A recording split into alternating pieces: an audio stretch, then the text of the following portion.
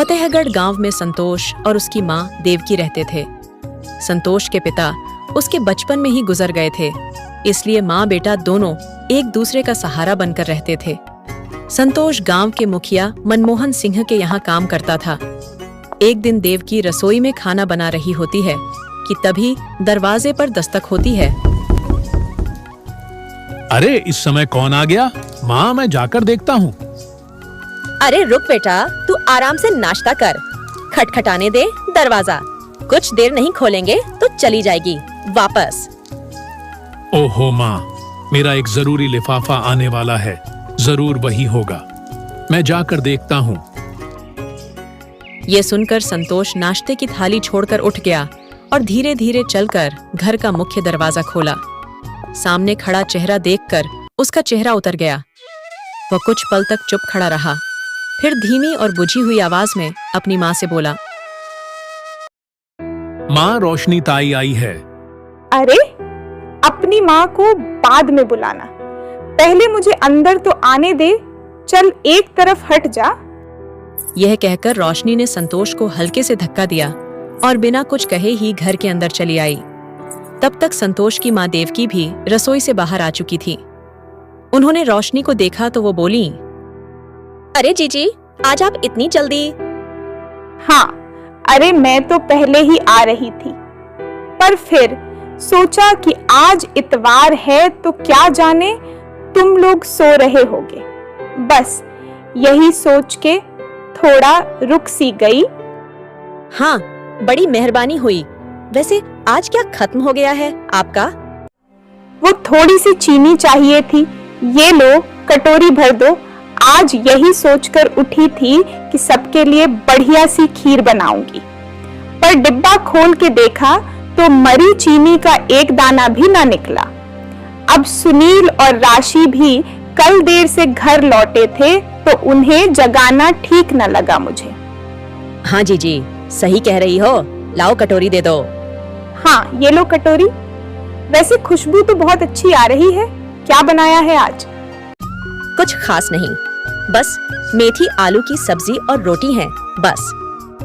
अरे अरे, मेथी आलू की भुजिया, भाई वाह, मुझे तो ये बड़ी ही पसंद है। हाँ, बस जरा सी लहसुन और अदरक का तड़का लगाओ सूखी लाल मिर्च के साथ। भाई वाह वाह वाह, वैसे ही बनाई है ना तुमने? हाँ जीजी, वैसे ही बनाई है, खाओगी क्या? अरे नहीं नहीं, पर इतनी जिद कर रही हो तो दे दो थोड़ी सी। ऐसा करो कि अपनी एक छोटी सी कटोरी में दे दो, कल आऊंगी तो वापस लेती आऊंगी कटोरी। रोशनी देवकी की पड़ोसन थी और हमेशा ऐसा ही करती थी।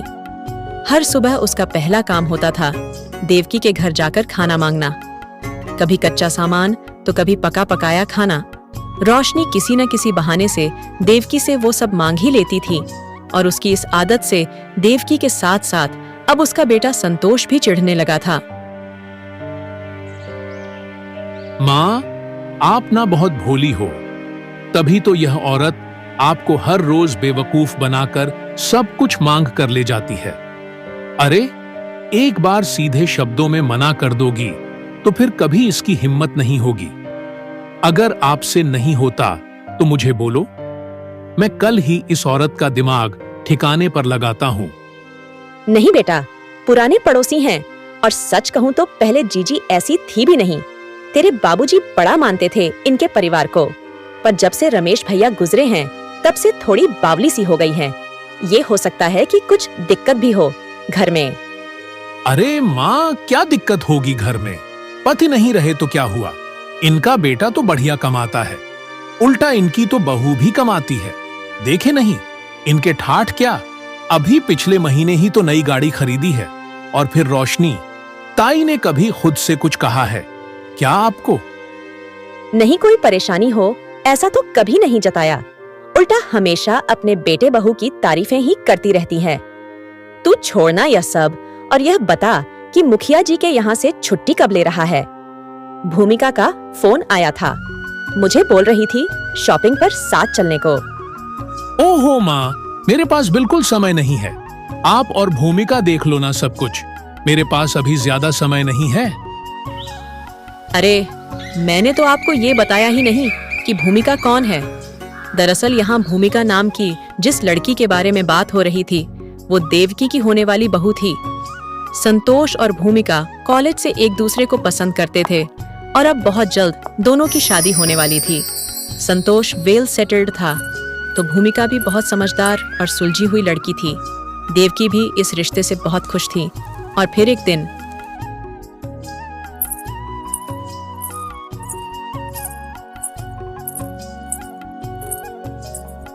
कैसी हो देवकी? हो गई बहू के स्वागत की तैयारियां? हाँ जीजी, बस अब सही से हो जाए सब कुछ। वैसे तो ज्यादातर काम खुद भूमिका ने ही संभाल रखे हैं। मेरे संतोष को तो अपने काम से ही फुर्सत नहीं। चलो बढ़िया है। अब वैसे मैं ये कह रही थी कि वो थोड़ा सा गुड़ होगा क्या तुम्हारे पास? हाँ है तो सही, पर थोड़ा पुराना हो गया है। अरे अरे, फिर तो तुम्हारे काम का ही नहीं रहा होगा। ऐसा करो, फिर जितना भी है वो सारा गुड़ मुझे ही दे दो। हैं? पर आप क्या करोगी उसका? रोशनी वैसे थी तो देवकी की पड़ोसन, लेकिन देवकी ने उसे हमेशा अपनी बड़ी बहन की तरह समझा था। लेकिन जिस तरह हर रोज खाना मांगने को लेकर रोशनी की हिम्मत बढ़ती जा रही थी, उसे खुद देवकी भी बहुत परेशान हो गई थी। और अब तो उसके घर पर नई बहू भी आने वाली थी। संतोष की शादी के बाद इस घर की रसोई अब उसकी बीवी भूमिका के हाथों में थी। और फिर देवकी, और आज क्या पकवा रही हो अपनी बहू से? खड़ी चावल बनाए हैं ताई जी, आपके लिए लेकर आऊं क्या? हाँ हाँ, खड़ी चावल तो मुझे बहुत पसंद है, जरूर लेकर आओ। भूमिका ने फौरन एक प्लेट में खड़ी चावल लगाकर शिल्पा को दे दी, जिन्हें शिल्पा ने कुछ ही मिनटों में खत्म कर दिया। और फिर बड़े प्यार से बोली, वाह भाई वाह, वाह वाह वाह, मजा ही आ गया। बड़ी ही बढ़िया खड़ी बनाई। बहू जुग जुग जियो। ऐसा करो, इस कटोरी में थोड़ी सी खड़ी मुझे दे भी दो। जी ताई जी, बस अभी लाई। भूमिका के लिए यह पहली बार था, इसीलिए उसे कुछ खटका नहीं। लेकिन फिर कुछ दिनों के बाद, सुनो जी, ये शिल्पा ताई की क्या दिक्कत है? अरे कुछ भी नहीं, एक नंबर की लालची औरत है। हर रोज खाना मांगकर खाने की आदत हो गई है। मां को तो उसने अपने झांसे में ले रखा है, पर तुम इसके चक्कर में मत पड़ना। साफ साफ मुंह पर मना कर देना। हाँ। भूमिका ने उस वक्त संतोष से कुछ नहीं कहा और चुपचाप रसोई में जाकर अपना काम करने लगी। और फिर अगले दिन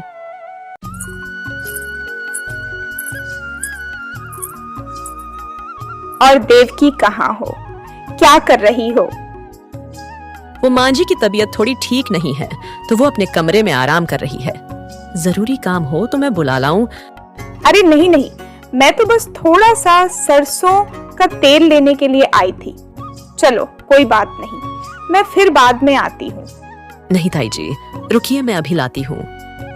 इसके बाद भूमिका ने रोशनी की लाई हुई छोटी सी बोतल में सरसों का तेल भरकर उसे दे दिया, जिसे लेकर रोशनी वापस अपने घर चली गई।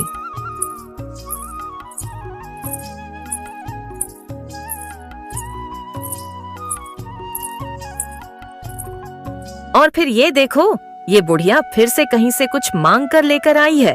ओह गॉड, इसने तो नाक कटा के रख दी है हमारी। मांगू नहीं तो और क्या करूं?